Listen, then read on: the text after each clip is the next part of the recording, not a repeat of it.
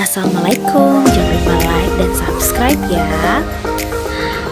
Oke guys, Assalamualaikum. Hari ini kita lanjut lagi di part 2 ya, cerita menjadi ASN.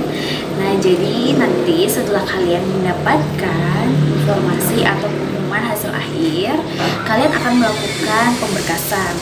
Nah, di informasi pengumuman ini nantinya kalian akan diminta atau harus memenuhi syarat dan ketentuan beberapa berkas yang harus diajukan. Misalnya berkas tentang kesehatan, berkas tentang bebas dari narkoba, dan beberapa pernyataan yang formatnya udah ditentukan dari instansi kalian masing-masing. Nanti kalian akan dikabari 2 minggu atau seminggu sebelum kalian mulai masuk untuk melaksanakan tugas. Nah, jadi untuk di awal kalian akan diberikan nanti SPMK. Nah, setelah masuk di instansi itu, kalian akan melakukan orientasi terhadap kerja kalian sesuai dengan bidang yang kalian lamar. Tentu di awal orientasi diperlukan agar kalian bisa mengenal instansi itu, visi misi, kemudian bagaimana kebiasaannya maupun terkait dengan budaya kerja yang ada di dalamnya. Jadi lalu itu tidak langsung diberi SK PNS ya, jadi kurang lebih 1 tahun setelah kita mengabdi, nanti kita akan dilantik sebagai ASN. Untuk mencapai proses pelantikan ini, kalian masih akan melalui beberapa tahap lagi. Kalau aku yang pertama dulu, kita itu harus orientasi. Kenapa orientasi itu penting? Karena orientasi itu merupakan pengenalan juga ya. Nah, jadi khusus untuk BKKBN itu orientasinya, kalau aku sih dapatnya yang di Makassar. Jadi ini dilakukan oleh di beberapa wilayah ya. Jadi dilakukan serentak se-Indonesia. Guys, bicara soal orientasi ya. Jadi waktu itu berdasarkan pengalaman aku ya. Jadi orientasi dulu aku orientasinya di Rindam Hasanuddin Makassar. Jadi di Rindam Hasanuddin Makassar. Mungkin kalian bisa lihat kurang lebih gambarannya ya.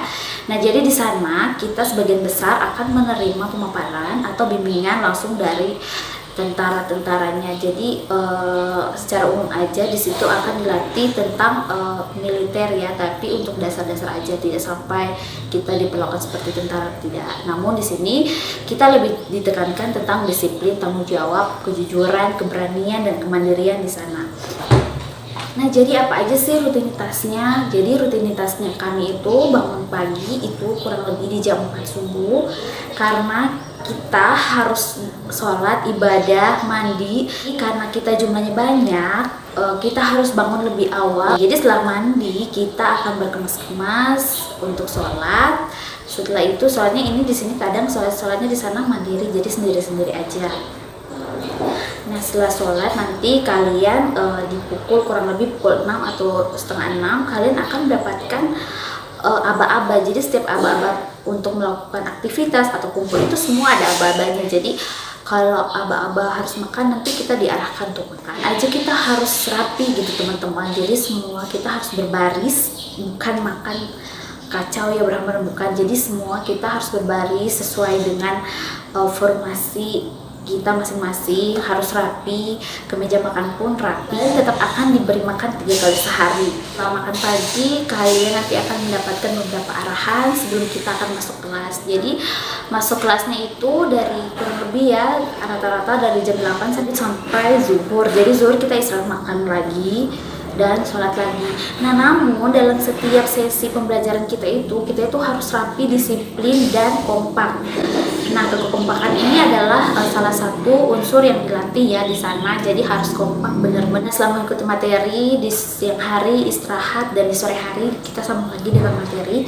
Jadi materinya kadang-kadang itu materi dan pembinaannya itu kadang-kadang kita sampai jam 8, pernah juga sampai jam 10. Nah, jadi sebenarnya nggak usah ada yang dikhawatirkan. Mendengar kata Rindam itu nggak perlu khawatir, nggak perlu takut, karena semua kita yang ada di sana udah dijamin, baik kesehatan, makan, tidur, semuanya udah dijamin. Dan alhamdulillah selama aku di sana itu aku tidak pernah sakit, mah juga tidak pernah kambuh. Jadi di sana dinikmati aja setiap proses yang kita lalui untuk mengikuti serangkaian kegiatan kita menuju ASN 100%. Dan tentu kita tidak akan merasa sendiri, karena di sana juga kita akan berteman dengan banyak teman dari beberapa daerah. Kayak seperti aku, itu ada yang dari Jawa, ada yang dari Maluku, itu bercampur di sana. Jadi kita tidak hanya dari satu provinsi saja, jadi beberapa provinsi itu akan bergabung di satu titik untuk kegiatan orientasinya. Jadi kalian akan mendapatkan manfaatnya, akan mendapatkan banyak teman, terus kalian akan dilatih memiliki pengalaman ya tentu di bidang kemiliteran, walaupun itu hanya dasar-dasar aja. Nah, jadi teman-teman semua, hari ini aku cukupkan aja cerita di orientasi. Nanti bersambung lagi di Latsar ya. Jadi kalau dulu dikenal dengan Prajabatan, sekarang udah dikenal dengan Latsar. Oke sahabat, tetap semangat, ikhtiar doa untuk menuju ASN 100%. Kalian pasti bisa untuk melewati setiap tahapnya. Jangan lupa untuk like dan subscribe ya.